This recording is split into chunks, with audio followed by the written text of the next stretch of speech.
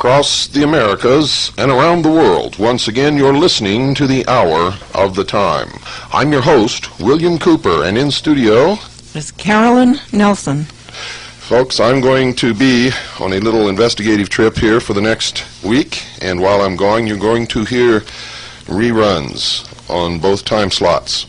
Those of you listening now have probably never heard these episodes of the Hour of the Time, and you should always listen to this broadcast with a pad of paper and a pencil or pen by your side. Never, ever make the mistake of sitting down without a pad of paper and a pen or pencil to listen to the Hour of the Time. We have very short patience around here for people who do not follow directions. So if you call up and want us to recount the show for you because you didn't have your pad of paper and your pencil, I'm sorry, we don't have time to do that. We're very, very busy here. So make sure you get it the first time. If you miss a telephone number because we only say it once, that's okay. Now, I want you all to remember and try to catch both broadcasts each day, simply because they're not the same, ever. What's broadcast in this time slot, 5 p.m. Pacific, 6 Mountain, 7 Central, and 8 p.m. Eastern Standard Time, is not the same information that is broadcast during the later time slot, which is 9 Pacific, 10 Mountain, 11 Central, and midnight Eastern Standard Time. Tonight's show is important, for it verifies everything that I've been telling you in the Mystery Babylon series, which we have done 31 episodes of, and we have included The Dawn of Man, which ran prior to the production of the Mystery Babylon series, in any orders for this series. So that actually makes 32 tapes, but tonight's episode will be episode number 32 of the series known as Mystery Babylon. Don't go away, folks. You need to know what you're going to hear tonight. For those of you who don't believe that those who call themselves illumined, the only truly mature minds in this world, and thus are the only ones capable of deciding the future or of ruling the rest of us, those of you who don't believe these people have infiltrated all levels of our society, our government, our military, our law enforcement, I want you to listen carefully to what I'm going to read you. I am going to quote verbatim an article which appeared in the newsletter called Aid and Abet Police Newsletter, Volume 2, Constitutional Issues for Lawmen, Number 1, Volume 2, Number 1. That's Aid and Abet Police Newsletter. Now, this letter, according to the editor of this newsletter, was written by a police chief. Here he uses a pseudonym, so he says, so that the police chief's identity is not revealed.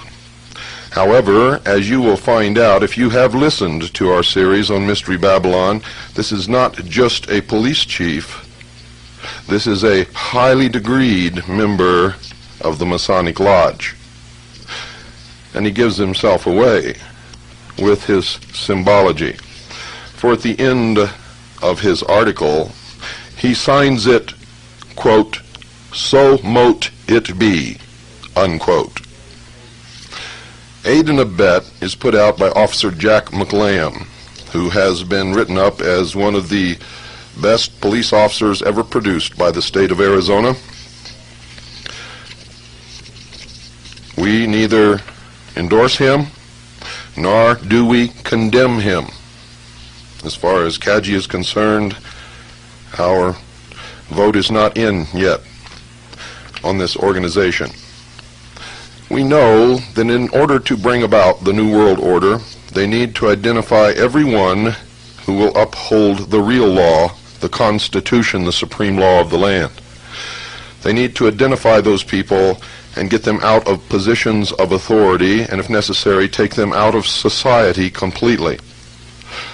There are organizations which exist solely for the purpose of identifying those people in government, those people in the patriot community, those police officers serving in police organizations who would ultimately support the Constitution and the Bill of Rights against any effort to destroy it.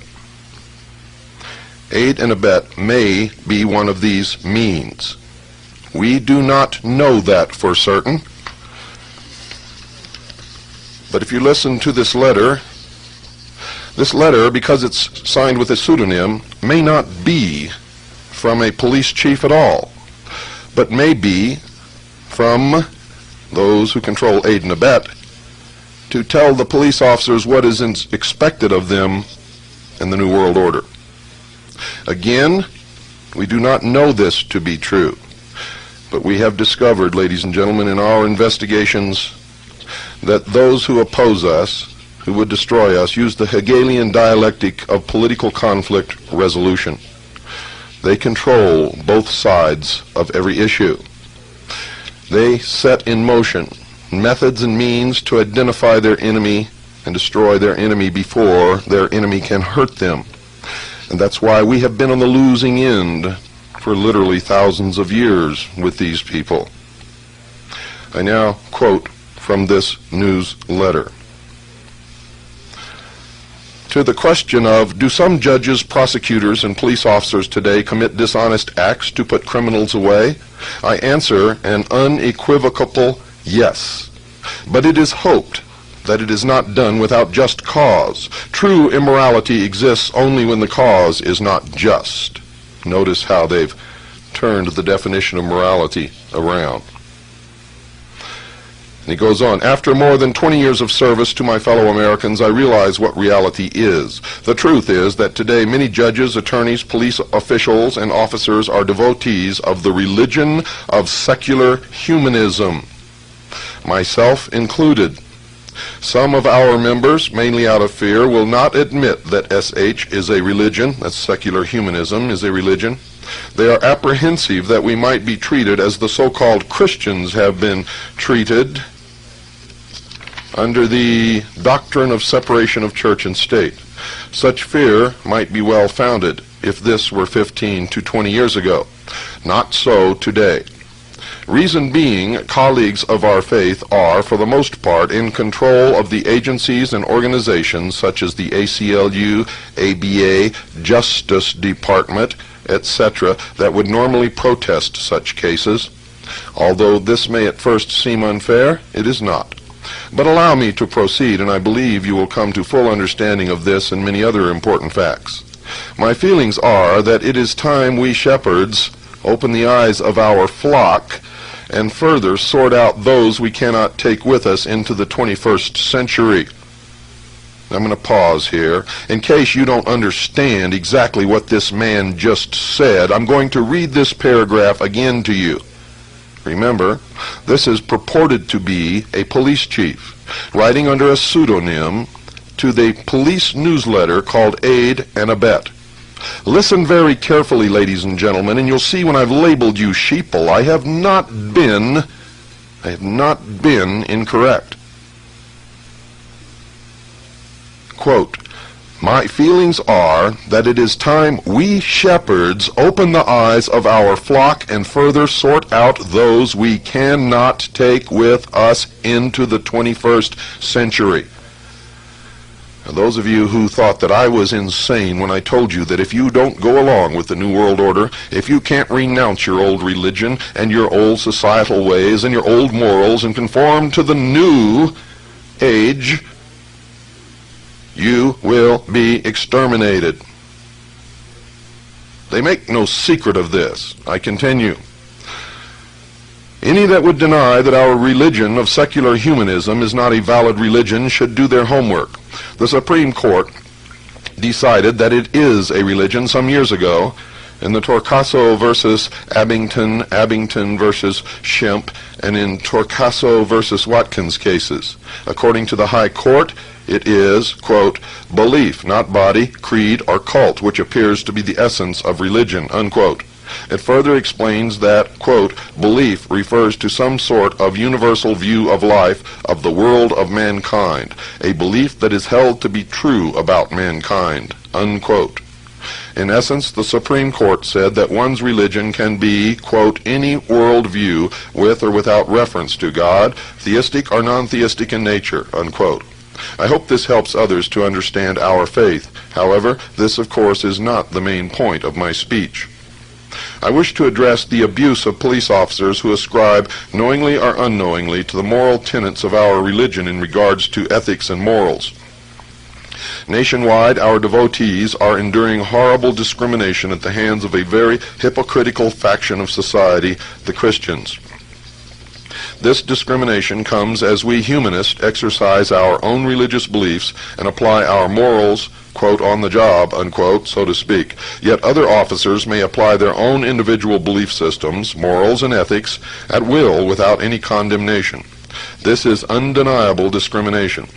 Fortunately, our religion is the fastest growing of any in all of history, and many of the younger generation within the criminal justice system, including police officers who ascribe to sound secular humanist principles, are now in management, which is of benefit to all.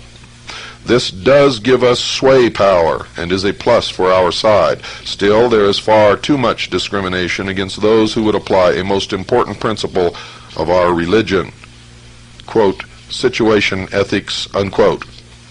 The principle of situation ethics allows the individual to focus correctly on only the goal to be accomplished. Morally speaking, little, if any, consideration need be given to the method or means, as nothing else supersedes its importance. Of course, concern is given to finding a means of accomplishing a task or goal so as to have the least negative impact on the least amount of our people. Notice he says our people. In my youth, I recall hearing the great Green Bay Packer coach Vince Lombardi describe it this way, quote, winning is not everything, it is the only thing, unquote. Much of our society lives by this principle today. Yes, even many of those who profess other faiths and occupy pulpits throughout America. Personally, I think the principle of situation ethics is best described by examining the legal definition of ethics and morals given by our now compatriots, the communists. The communist definition is, quote, everything is ethical and moral as long as it promotes world communism, unquote. This is pure secular humanism. We can learn much, incidentally, about total commitment from the communists. The Marxists have, out of pragmatic necessity, expurgated a minimum of 90 million people in the pursuit of man's noblest mission, world peace. What intelligent person could call immoral any means used to accomplish this all-important goal? Do you think this guy's playing with a full load of bricks here? I don't. And he continues, in our great humanist manifestos, signed in 1933 and 1973, we explain our moral creed, which is very much the same as the Marxist creed, yet set forth in much more palatable and tactful terms. Here is a brief summation of our beliefs regarding ethics and truth. Ethics. Moral values derive their source from human experience. Ethics is autonomous and situational, needing no theological or ideological sanction. Ethics stems from human need and interest. To deny this distorts the whole basis of life. We strive for the good life here and now. And that's from the Humanist Manifesto 2, written and signed in 1973. Authority and truth. We reject those features of traditional religious morality that denies humans a full appreciation of their own potentialities and responsibilities. Traditional religions often offer solace to humans, but as often they inhibit humans from helping themselves or experiencing their full potentialities. We can discover no divine purpose or providence for the human species. Humans are responsible for what we are or will become. Remember, folks. I educated you in that part of the Masonic religion and the religion of the Rose and Cross and the Knights Templar and the Knights of Malta, the Red Cross of Constantine. All of these believe that man is in a state of becoming. Becoming what? Becoming gods. I continue. Humans are responsible for what we are or will become. No deity will save us. We must save ourselves. That's from the Humanist Manifesto 2, 1973. After 20-plus years of conditioning, our society now largely subscribes to this philosophy. Some of you who practice selective Christianity are closer to our faith than to the superstitions of the Bible thumpers of old. In selective Christianity, of course, you choose certain portions of the so-called Word of God to believe in and discard the parts that are not convenient. Don't you see that in this we are just alike? Your faith is actually based upon what is right under man's desire. We humanists are in fact more honest. We admit that there is no God, that it is only man's desires that are important. You leaders of these selective Christians preach that your faith is based on some parts of God's law, but in actuality the majority is based on what feels good or is convenient. Now I must break here for just a second, folks, to tell anyone who may have just tuned in that these are not my words. If you're sitting there with your lower jaw on your chest, looking aghast at your radio, you are not listening to the thoughts of William Cooper or the Hour of the Time. I am quoting verbatim from a letter attributed to a police chief, and this letter can be found in Aid in Abet, a police newsletter, volume 2, number 1, in case you want to pursue this.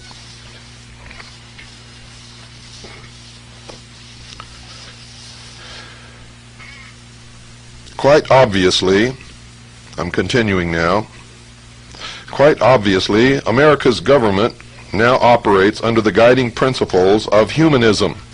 Deception, lying, cheating, stealing, killing is all moral if it promotes the attainment of our essential goals. This is true righteousness. Folks, I got to stop right here and tell you this is true bullshit. This is deception at its worst. For these people are actually believing that wrong is right and right is wrong. And that is exactly what we were warned about in these days. And that is what I warned you about in my book, Behold a Pale Horse. And I told you years ago that the belief of these people is that the ends justify the means, whatever they might be.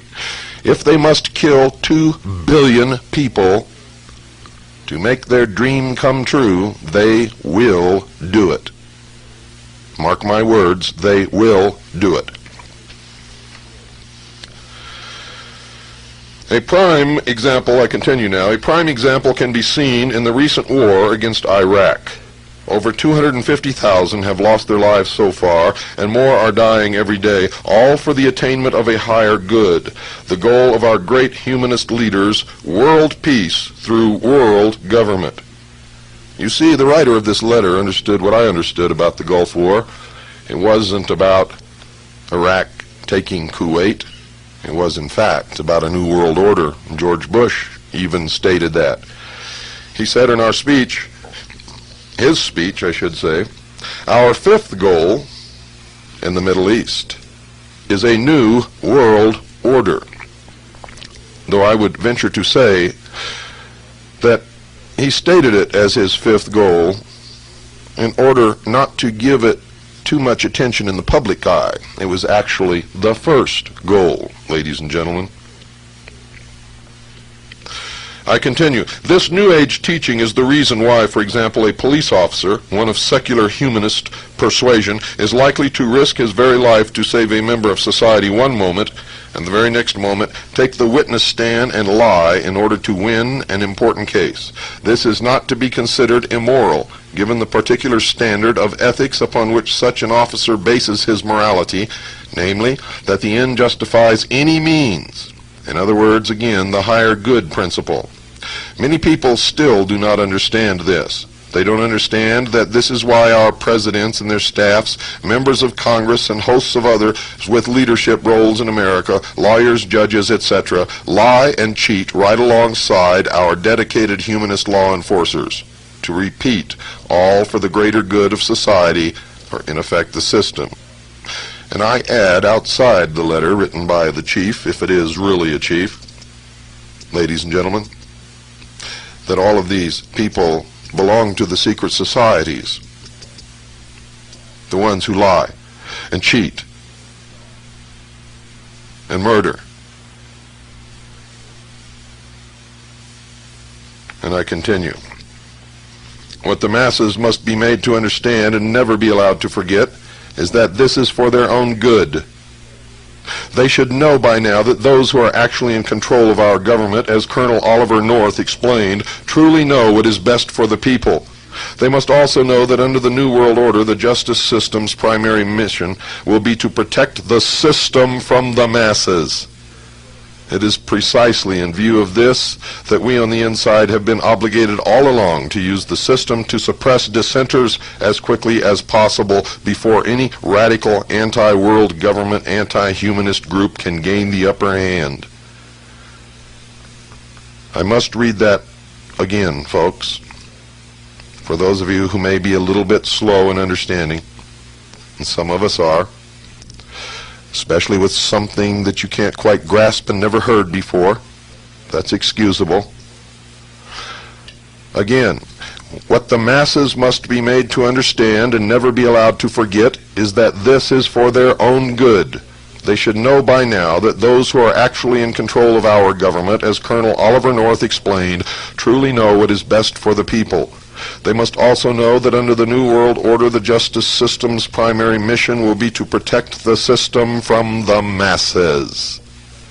It is precisely in view of this that we on the inside have been obligated all along to use the system to suppress dissenters as quickly as possible before any radical anti-world government, anti-humanist group can gain the upper hand.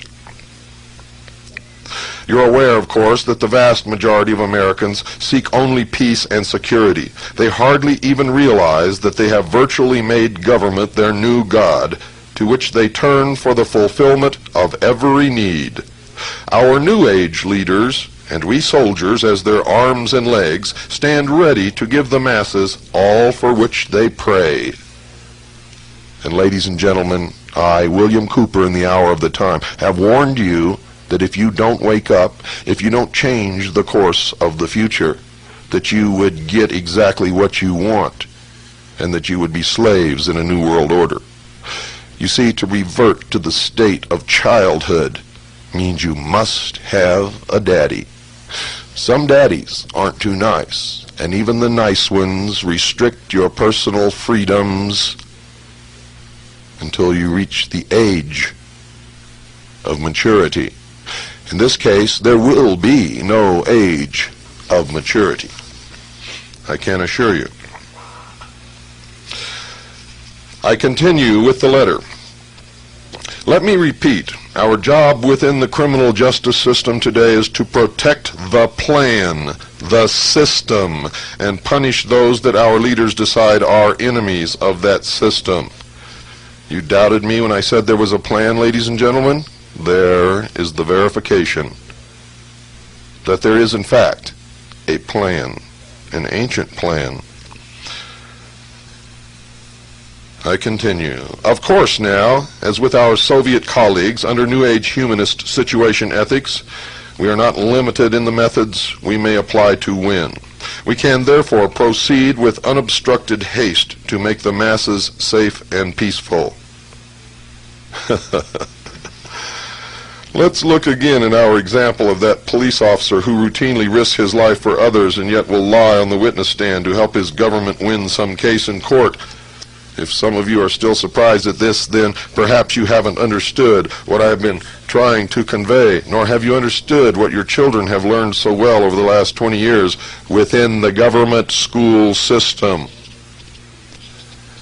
It is that we are living in a new age where man has wisely placed his trust in government instead of some superstition called the divine or God.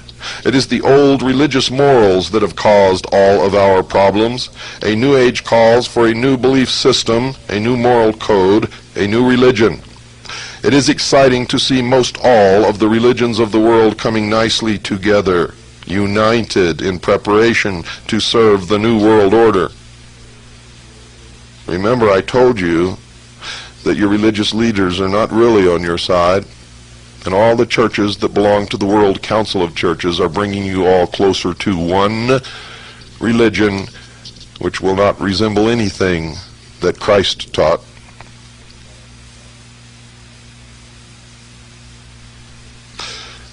I continue. We must all dedicate ourselves to obeying our leaders without question and to the instruction of succeeding generations toward our utopian goals of world peace. I would like to introduce you to one present-day scholar, Dr. Sidney Simon, who has been very effective and deserving of much credit.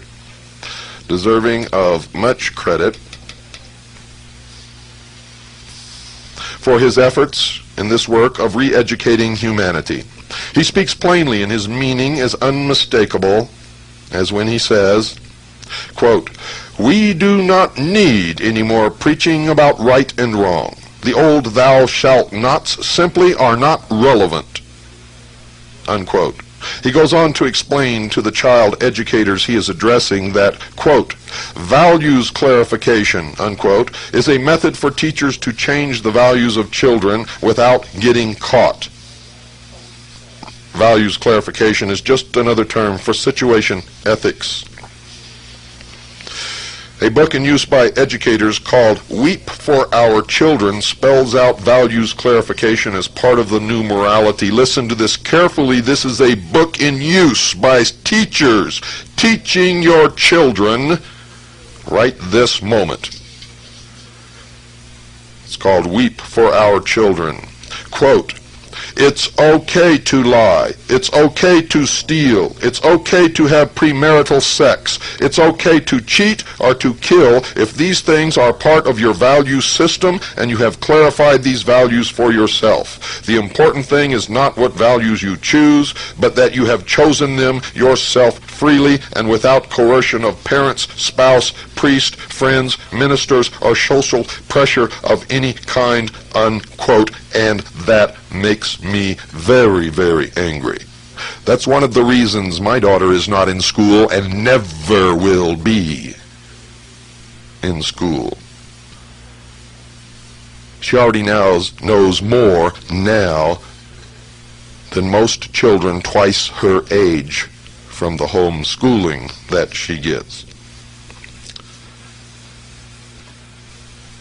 This is incredible. Don't go away. I have to take a breath. It makes me angry just to read this crap. Have you been looking, folks, for some way to protect yourself against what's sure to come? If you've studied our economic system, if you've studied the Federal Reserve, if you really understand the way our monetary system, and we shouldn't use the word monetary because it's really our illusory system. If you understand how it works, you know that we're headed for a big fall, a big, big fall. Probably the biggest fall in the history of the world. Look around at those that you love right now. If you cannot assure them at this moment, this very moment, right this moment, that you have protected their financial future, then you must call Swiss America Trading right now. And this isn't anything unusual, for whether we were expecting something to happen or not, a responsible A responsible person takes care of his loved ones against unforeseen events also.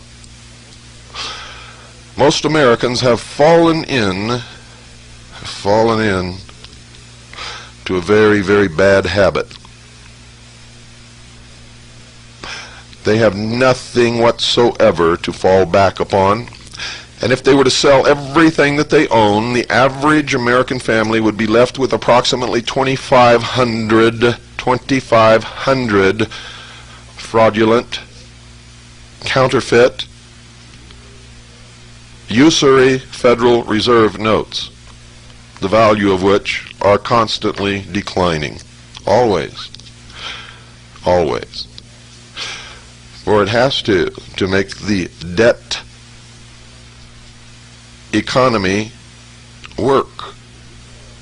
You see, for you to pay off a debt, someone else must borrow an equal amount or more. And this must continue all the time. Call our sponsors, Swiss America Trading. They know the economy. They specialize in the one thing that has protected people throughout the ages, since the beginning of human history, precious metals. And it's the only thing that has ever functioned in that capacity. They are experts. If you tell them what you want to accomplish, they can help you. If you want to protect your assets, which that is what I recommend that you do, they can help you. If you want bags of small denomination, silver or gold coin, which you can use to spend on a black market if you need to, they can also help you with that. You see, folks, if the economy collapses and you go somewhere to buy a loaf of bread outside of normal channels and with something outside of normal money, that loaf of bread will cost you whatever it is that you have. If you have a $20 gold piece, that's a numismatic coin that costs you $5,000, that's what that loaf of bread is going to cost you. However, if you have a pre-1964 silver dime, in probably even the worst condition you can get, that's what that loaf of bread will cost you. You understand what I'm trying to tell you, ladies and gentlemen?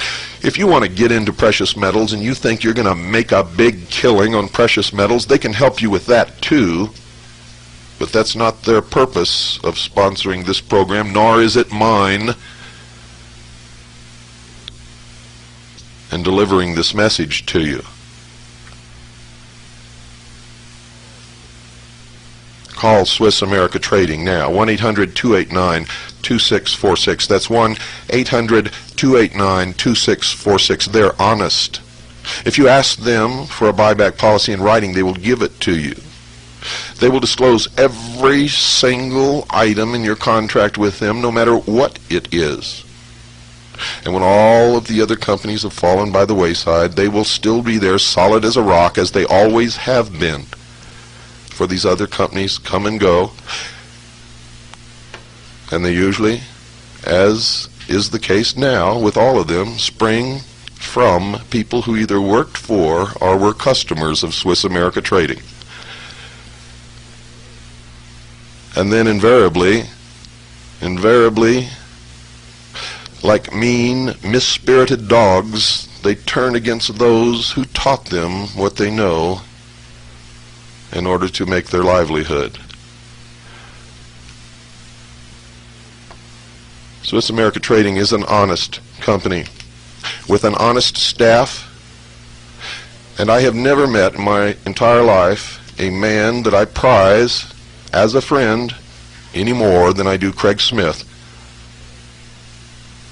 the president of Swiss America Trading. He's an honest man, he's a Christian man, and I have seen him actually do things he should not have done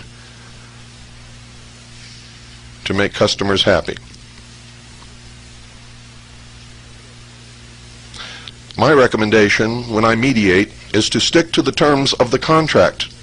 Whatever you agreed to, whatever they agreed to, stick to it.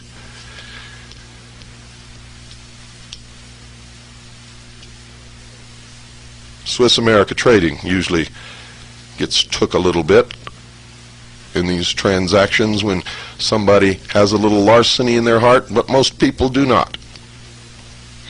If you want to deal with honest, good Christian people, call Swiss America Trading now, 1-800-289-2646. That's 1-800-289-2646.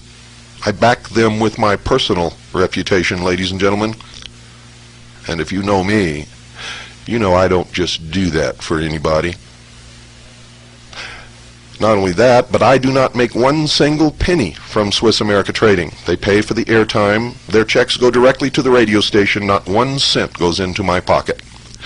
Call them now, 1-800-289-2646. You'll be glad that you did. Ladies and gentlemen, I'm going to read the last paragraph again. I want you to hear this. Remember, this is a book in use by teachers, educators, called Weep for Our Children, and it spells out values clarification as part of the new morality. Quote, "It's okay to lie, it's okay to steal, it's okay to have premarital sex, it's okay to cheat or to kill if these things are part of your value system and you have clarified these values for yourself. The most important thing is not what values you choose, but that you have chosen them yourself freely and without coercion of parents, spouse, priest, friends, ministers, or social pressure of any kind." Unquote. It is such that secular humanism proponents in the government schools, the teachers whom we can thank for remolding the values of these next generations. When the government national child care bill is passed, it will be a great day for humanists and proponents of world peace. What wonders we can achieve once we have the attention of the nation's preschoolers for 6 to 9 hours a day. Look what we have already accomplished with the older age groups of America's youth. As I hinted earlier, this new society based on the deity of man will demand a new kind of law enforcer. Remember I told you? They believe that man is in a state of becoming what? A god. He says, as I hinted earlier, this new society based on the deity of man will demand a new kind of law enforcer. One of our educators said to me some weeks ago, America's religious zealots of the past would be shocked at the changes the people have allowed. She was correct, for after all, it was James Madison that said, quote, "We have staked the whole future of American civilization not upon the power of government, far from it. We have staked the future upon the capacity of each and all of us to govern ourselves, to sustain ourselves according to the 10 Commandments of God," unquote. But it is a new day, and we are fast proceeding into the 21st century. Americans no longer wish to assume the responsibilities of governing themselves. Happily for them, there is a whole new generation of very dedicated leaders and enforcers in government to see that they are cared for.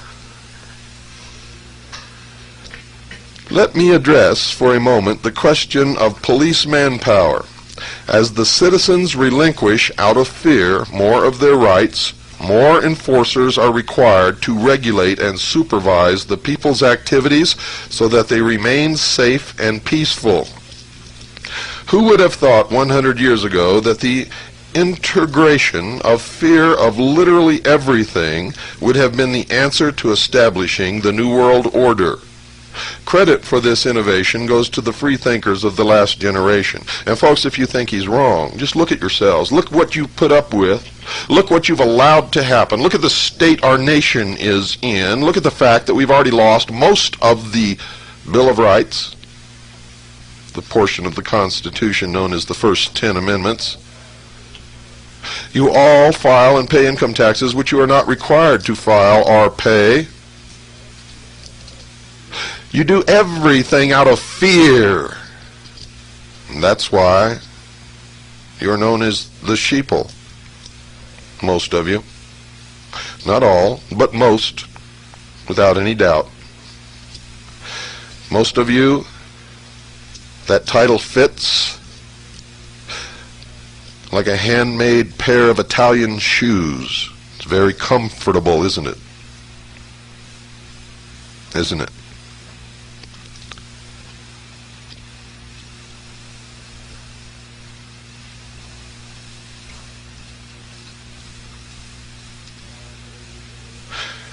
Now the older generation, known as peace officers, servants of the people, might not so readily have adopted nor fit into this new order of things.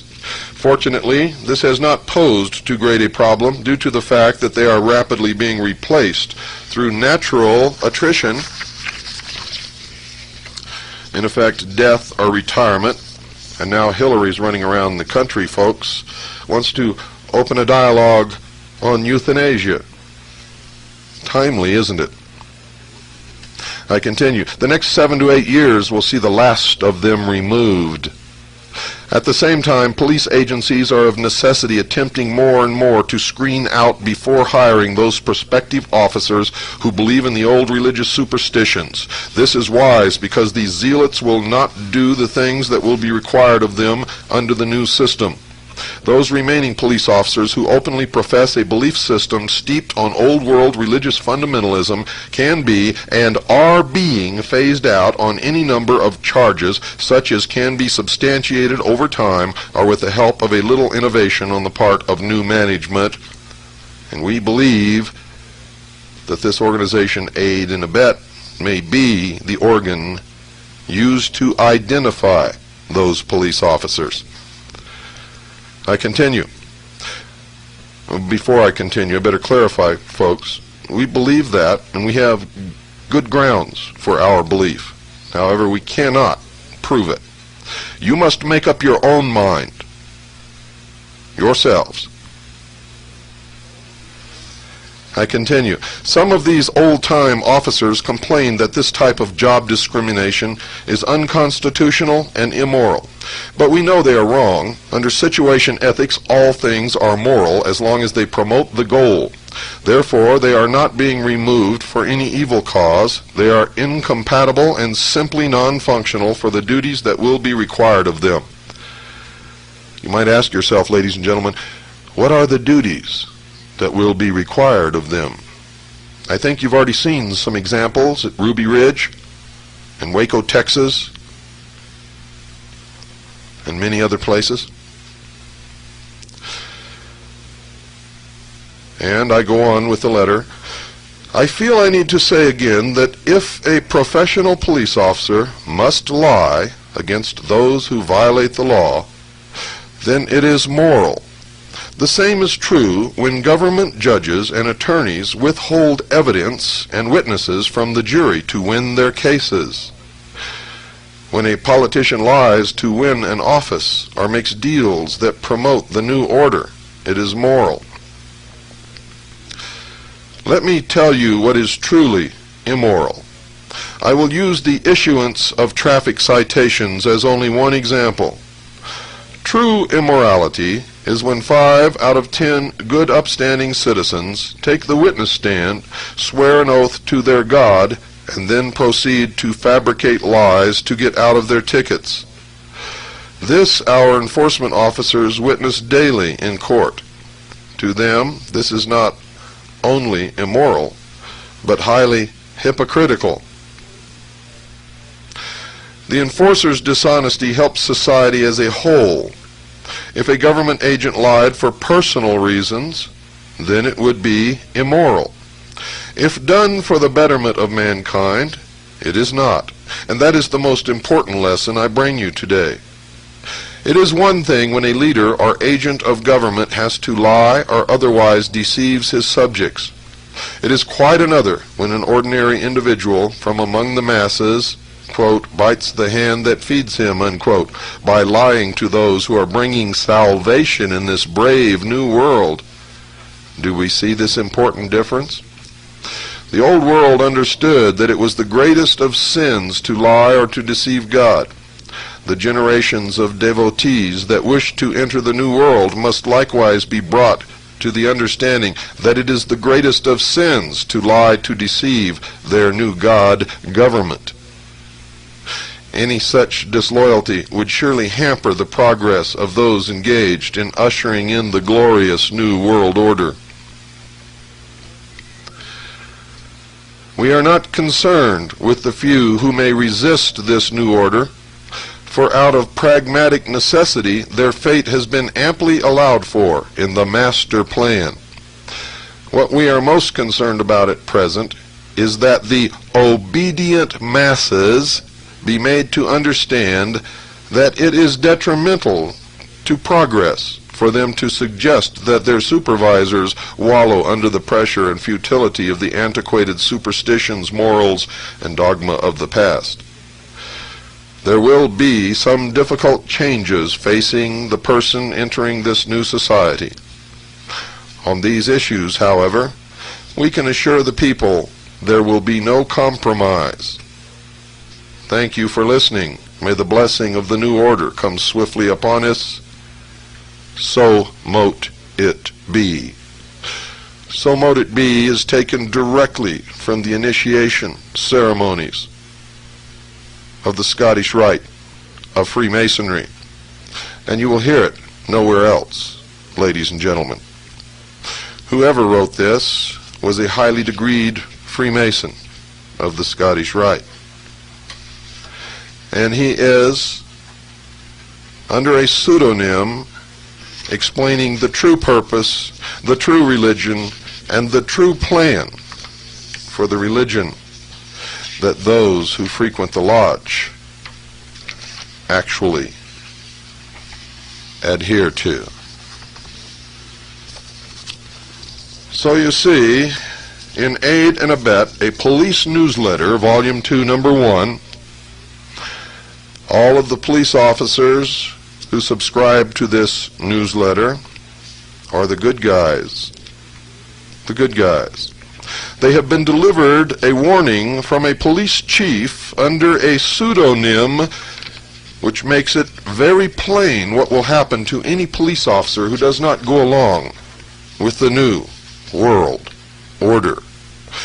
And I say that it was intentionally that way, and that there is no police chief, Rupert Orpheus, pseudonym or not, but this is the policy that needed to be explained to all of these officers at once to hasten their decision. You see, ladies and gentlemen, when it comes right down to it, most people will do what they're told, when they're told, if they're told, and they have been told.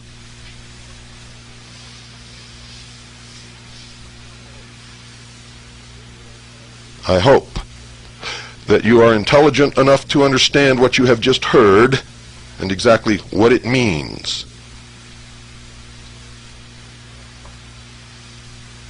If you are not,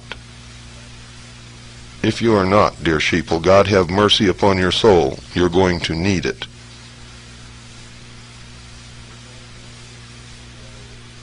Those long-time listeners to the hour of the time, those who have been awake for quite some time, those who were never asleep, understand that there is a plan in the world that the members of the secret societies, by whatever name they call themselves to you, the profane, in their exoteric language, are using to bring about the ages-old dream of a new world order, where the masses are totally and completely controlled for each and every second of every moment, of every hour, of every day of their lives. And where the priests of the mysteries govern in what they call a council of wise men.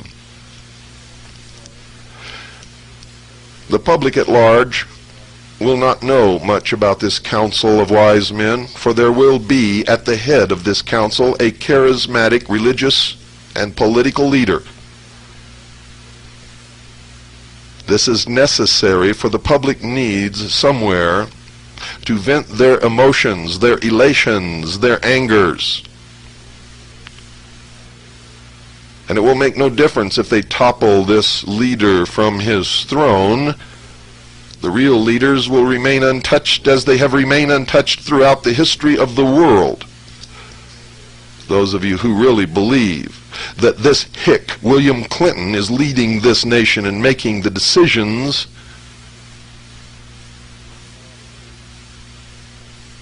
you probably, at some point within the last 24 hours, thought you were Rush Limbaugh and set on half your brain.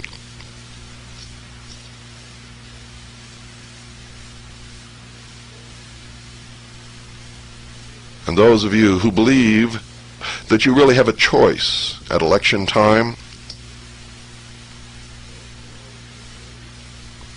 when the choice has already been made, and it's especially damaging if you believe that your vote really counts when it is the Electoral College that elects the president. And in fact, that's really not necessary unless some ringer slips into the choice, like Gary Hart.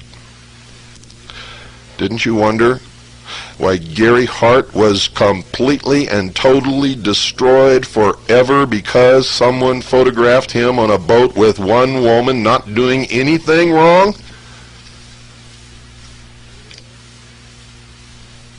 And Bill Clinton is not even tarnished.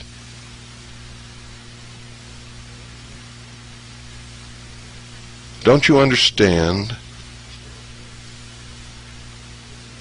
Bill Clinton is just a messenger boy.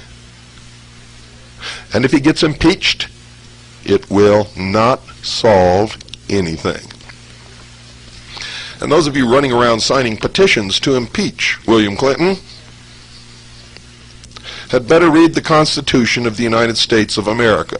You see, you cannot impeach a president because somebody signed a petition. I don't care if 200 million Americans sign that petition. You cannot impeach William Clinton, you fools. You must prove that he has committed high crimes and misdemeanors. And you must have solid evidence. And you must have witnesses that don't die overnight. And documentation that doesn't disappear by the time next week comes along. Do you understand? Once again, they have you whirling around in circles at the end of a cul-de-sac. Good night, and God bless you all.